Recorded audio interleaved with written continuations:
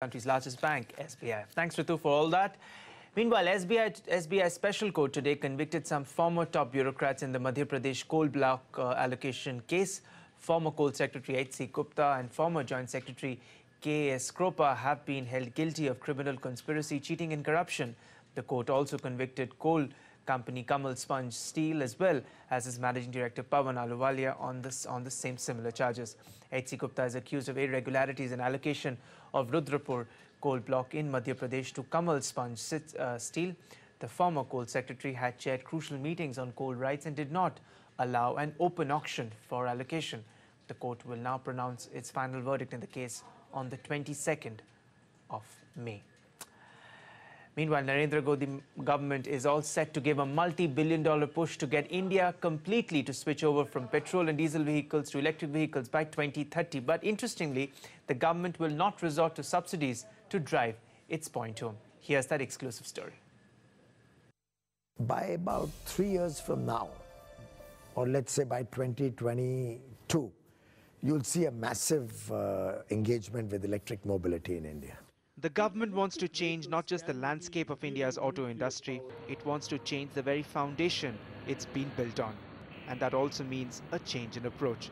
For the first time, the government will not be depending on subsidies to entice Indians to step out of their petrol and diesel vehicles and strap themselves into an electric one. It will instead bank on bulk purchases of electric vehicles for government use to increase economies of scale and bring down costs, along the line of the successful LED program or Ujala. CNBC TV 18 learns the phase 1 of the EV mission will focus on intra-city public transport. The policy is expected to start in October with the introduction of electric three-wheelers. By December, electric buses should hit the roads in big cities and then begin their drive towards rural India. We also learn that TVS and M&M will participate in the electric three-wheeler program, while Tata Motors and Ashok Leyland are ready with electric prototype of buses. But in a twist, these electric vehicles will be sold without batteries. This will automatically make the vehicles 30 to 50% cheaper. The drivers, meanwhile, will lease the batteries and swap discharged batteries for fully charged ones at special swapping stations. But this means heavy investment. CNBC TV 18 learns that top PSUs led by NTPC have agreed to loosen their purse strings. NTPC alone can invest up to 10,000 crore rupees for infrastructure of battery charging and swapping stations. Power Grid, BHEL, Indian Oil Corporation and Hindustan Petroleum may follow suit. This infrastructure building may alone attract over 50,000 crore rupees in next 5 to 10 years. Public transport is just the beginning.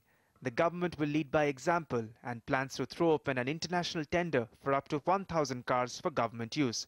It hopes this will incentivize even global vehicle makers like Nissan, Renault and even Volkswagen to participate. The idea, we learn, is to allow the winners to bring in their vehicles into the country without import duties. But not everyone is convinced. We have to make a realistic preparation. In order to achieve that kind of, if the government is expecting that kind of target, we have to well study that. Otherwise, it is very difficult. It is very difficult suddenly change one to another. We have to review their idea, the policy, etc. And then we have to communicate with the concerned people. Well, there is no doubt the government's plan is very, very ambitious, but there is some strong logic behind it which is hard to dispute. Every single day, India is adding 50,000 new vehicles on the road. And yet, when you look at the vehicle penetration per thousand, India stands below 20. It's a fraction of what it is in America, where it's over 700.